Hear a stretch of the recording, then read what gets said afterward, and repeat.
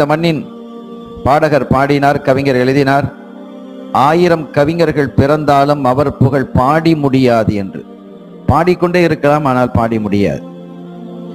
அப்படி முடிவுறா வரலாற்றுக்கு சொந்தக்காரராக தனது ஹபீப் சையதுனா முஹம்மது ரசூலுல்லாஹி ஸல்லல்லாஹு அலைஹி வஸல்லம் அவர்களை அல்லாஹ் இந்த சமூகத்திற்கு அருள் கொடையாக, ரஹ்மத்தாக வழங்கி இருக்கிறார்.